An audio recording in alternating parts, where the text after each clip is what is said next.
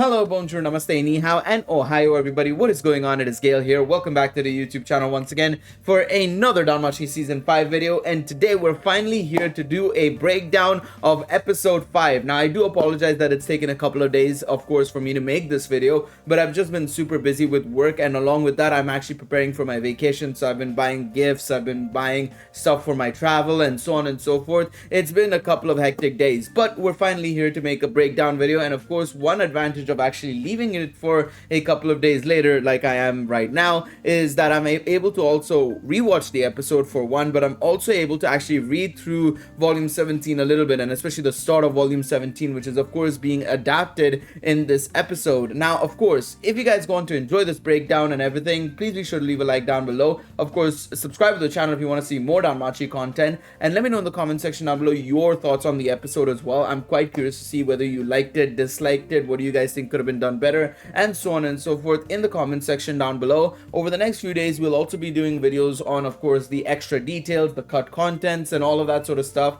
So don't worry about that. That will be happening very, very soon. Now, before I begin this video, I want to put a disclaimer out there that a lot of people have been divisive about the recent couple of episodes, and especially this most recent episode, I think has been quite divisive amongst the community. While I think a lot of people agree that it was rushed, and I still maintain that feeling since my reaction video a couple of days ago, I still think it's a pretty rushed episode. I do think that they hit a lot of the key points properly, in my opinion. Could they have done a little bit of a better job, generally speaking? Absolutely. Do I think that they missed out on integral points to the episode? Not really. No, I don't think they did personally. Having reread the light novel and having rewatched the episode, I feel like for the most part, outside of one scene, I would say, they did hit the key points in my personal opinion, and I'll come on to what I think they missed out on in just a moment. But the reason why I say this is that a lot of people, and in particular, I think Ice fans in particular, are quite outraged and frustrated with the adaptation. Now, one thing I will say about this, and I was talking about this in my live stream the other day as well, is that light novel adaptations are notoriously challenging. Now, I will say this really clearly. You look at anime like ReZero, you look at anime like Slime, you look at anime like, Reincarnated as a Slime, that is, of course. You look at anime like Certain Magical Index, and so on and so forth. None of them have been adapted perfectly either. In fact, I remember so many people talking about ReZero back in season 2, I think it was, with a couple of episodes where they were super annoyed about it. And in fact, while I enjoyed Slime's most recent season, I'm not a light novel reader. Apparently, a lot of light novel readers were quite frustrated that they decided to cut a lot of content and only make it a yap session, apparently, which I was kind of surprised about because I enjoyed season 3, but apparently this is what I was told as well by other people who are in the slime community and have, spoken about it.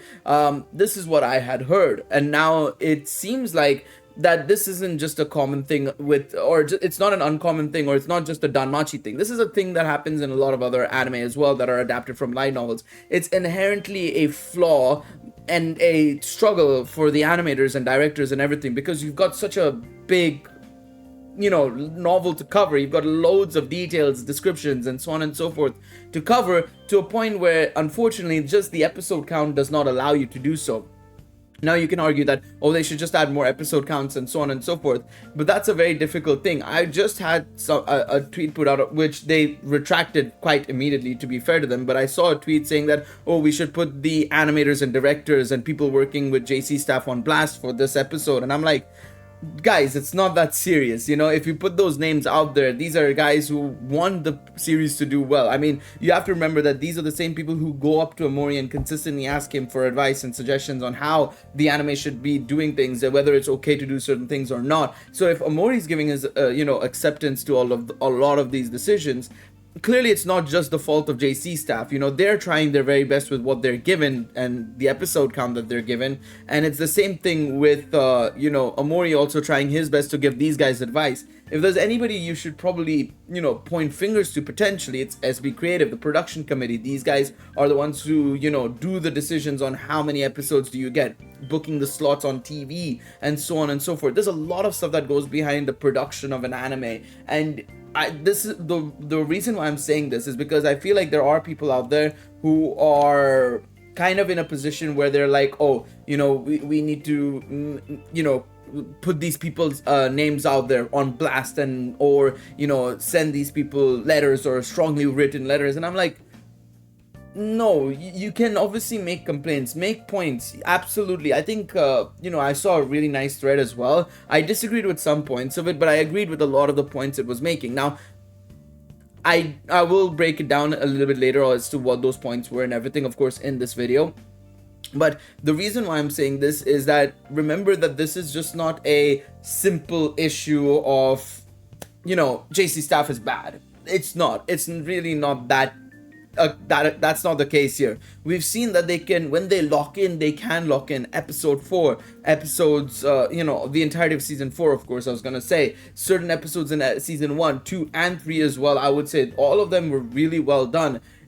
When they lock in, they can lock in, and when they can, and when they know when to lock in, they will lock in. The problem is, you have to make rough decisions that might hurt that episode but help another episode in all honesty. So this is the reason why I wanted to make this point before I started my breakdown, because I'd seen a lot of stuff from the English community in particular, and also more in particular with Eyes fans as well, more or less, because they're the ones I feel like piping up the most on Twitter and Reddit. I see the most, at least in my opinion, is their complaints. Which, let's talk about Eyes, because this episode started off, in my opinion, extremely well with Eyes, to be honest, with Eyes and Belle. We'll come on to this whole Freya monologue in just a moment, but I think they absolutely nailed the whole Eyes and Belle start, because they, in the light novel, the way Belle turns and reflexes out of Eyes' touch, right?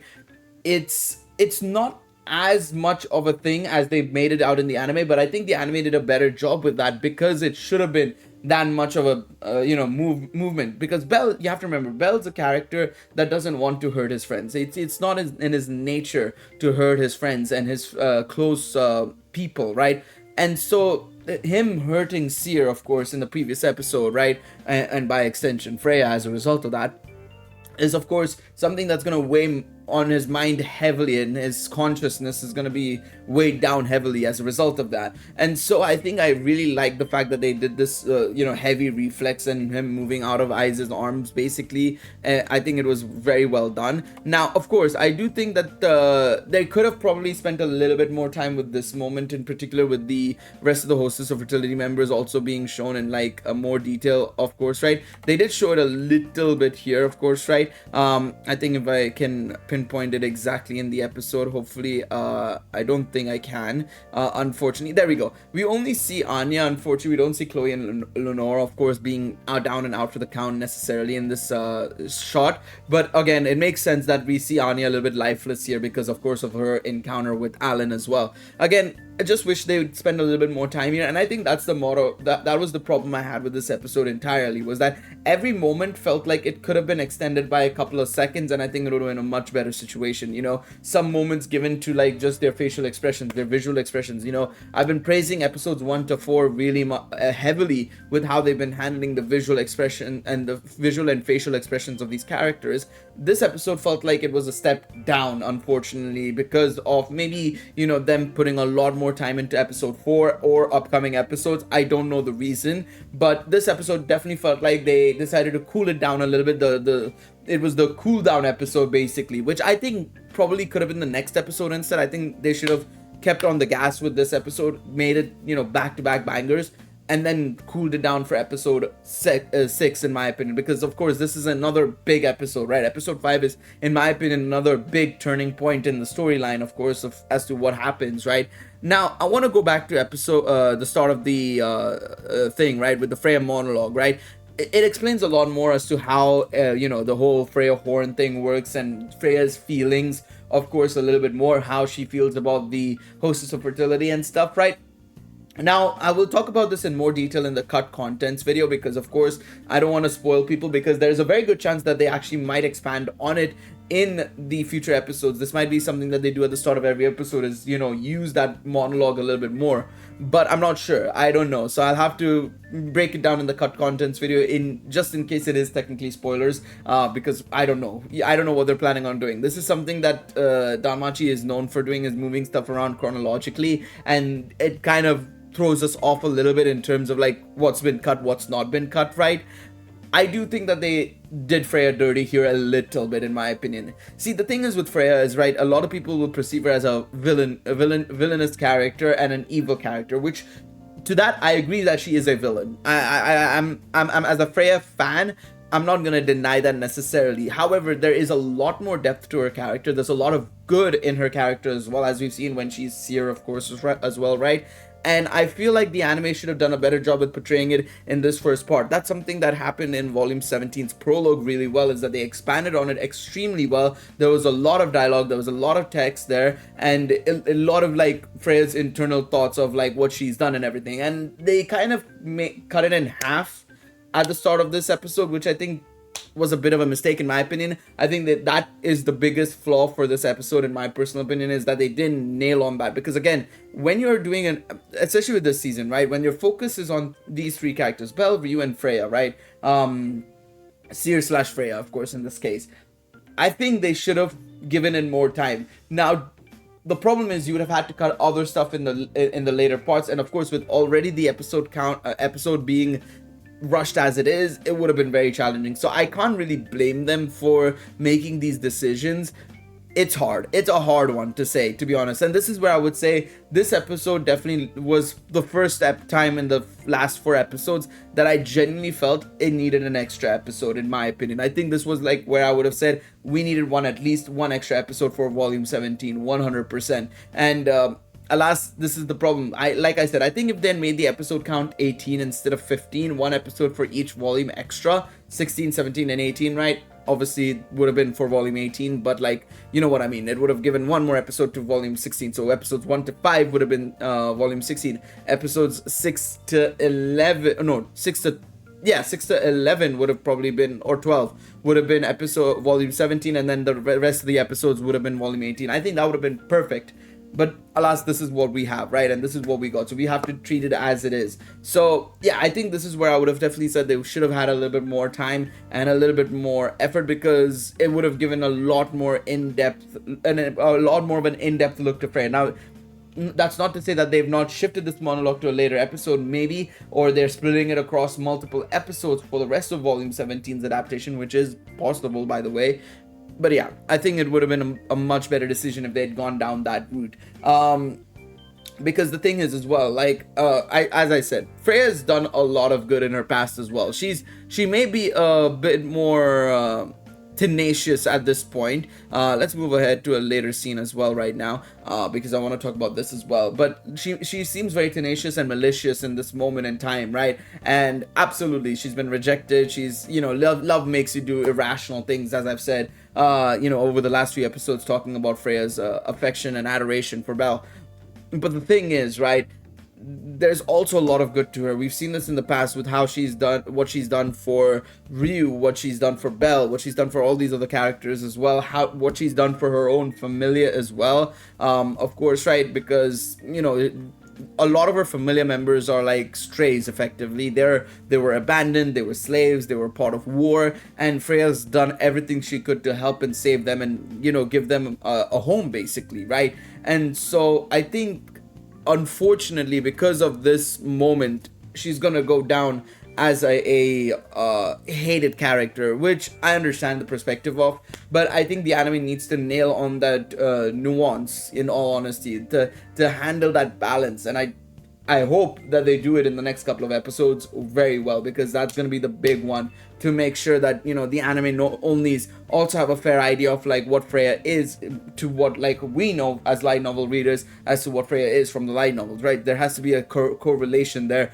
otherwise you're gonna kind of break down especially the later parts of the adaptation, and the later parts of season 5 are not going to be taken really well. Now, this is a scene I was hoping for it to be in the last episode specifically, right? Of course, Belle saying, you know, that, you know, there's another girl in my mind, right? Of course, we know it's Eyes, and obviously it's brought into this episode, which I think was a fantastic decision. Obviously, it would have been probably better in the last episode, and you could have saved some time in this episode as a result of that. But I think it's good that they did it, because again, this is something that a lot of fans have been requesting for, a lot of Ice fans have been requesting for, is Bell needs to have Ice more on his mind, which I agree, he needs to be talking about it a little more, but it's not to the degree of like it needs to be every episode. The main thing it needs to do is just take it from the light novel whenever it happens, make it happen. Maybe 1 or 2 moments you can kind of ignore. I've said it before, I think there are some moments that you could have ignored for Bell and I's, in my opinion, but for the most part you should be doing it. And I think that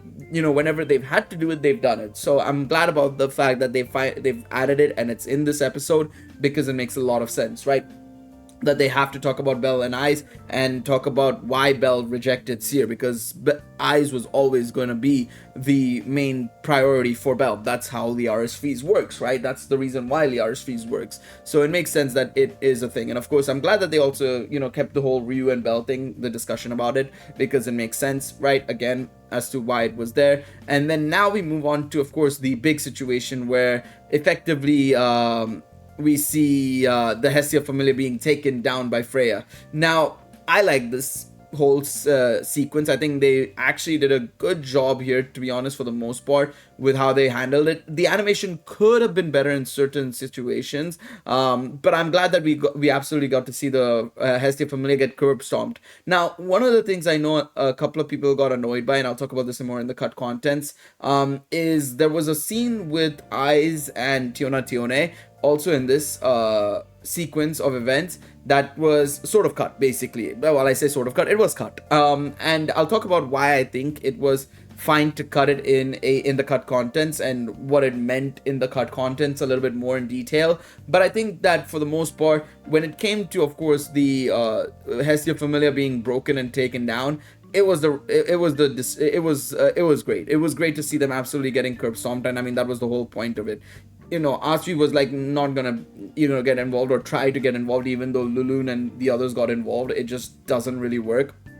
And yeah, it's very impressive to see just the one-sidedness, and I mean it makes sense. The Freya Familia is like one of the top two familiars, so it was gonna be a one-sided affair. And of course, Hestia had to make a decision here, to just make sure to not let Freya take advantage of it. And I think Hermes had to also play his role as well really well here, because I think Hestia would have not backed down, but Hermes was like, yeah, you gotta take your loss here, because you're gonna lose the battle and the war if you try and do something here, which I think makes a lot of sense. And I think they did a good job with Hermes here. I really like the way the voice actor played his part here, the voice inflections, the voice direction. Again, I think that's one thing I'll give credit to Danmachi for, is that the voice acting has never been a problem, in my opinion. I think that's been the least of my concerns with Danmachi, to be quite honest. They've always done a very good job there, to be quite honest. And now we move into, of course, the big moment where, of course,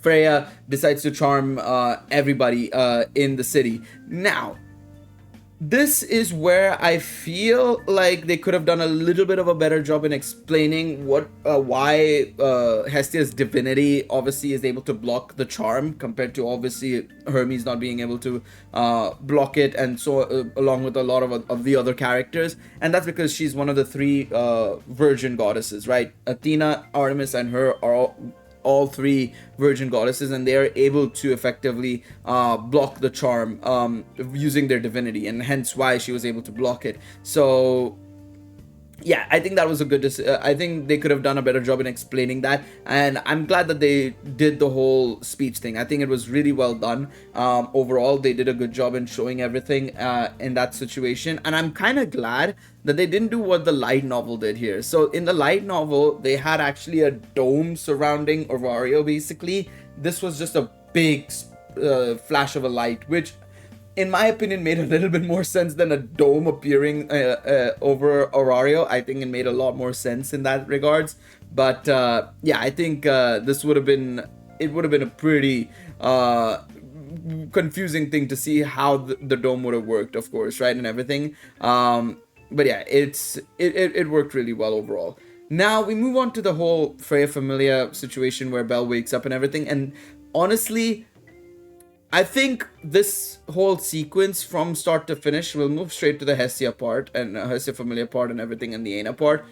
I think they nailed it for the most part. I think just the when I say they nailed it, I mean the emotional tones. You know, I think they absolutely did a good job here with, of course, how Bell was being portrayed. You know, his just confusion and his just sheer like disbelief as to what the hell is going on and how the hell did he end up there, of course, right? And then of course from, you know, Hestia Familia's just an inability to recognize them, and of course Hestia also being aware of, you know, the danger that her other family members will be in, with Otaro, Allen, and a lot of the other Freya family members just observing and seeing what Hestia does, because she does, you know, if she does one misstep, you know, the fact that she's not charmed and everything, she has to make the decision, right? And that sorry Bell, and then of course the goddess, and then Bell just crying is great. It is so well done. However, could they have done a bit better there? Yes, again, I think they could have done a bit better there. It's again the whole thing of like, you miss a couple of scenes and it becomes a problem. It doesn't become a problem, but it loses a little bit of the scene's power, right? Because of course we see Mord here, right, with Bell, interacting with Bell, which is of course super important, because Mord's one of the homies, of course. He's super important. Aina, super important as well. But then you also had the Miyake and Take Mikazuchi familiars also involved as well in this scene, and I think they could have added those scenes as well, and it would have just added the impact even more so. Of course, we'll see a lot of the other characters' reactions and exactly what happened with the rest of Orario in the next episode, right? Because the next episode's title is Orario. But overall, so far from what I've said, right, everything I've said, I feel like they've done a fantastic job in nailing the emotional side of things. I was trying to figure out what to say there.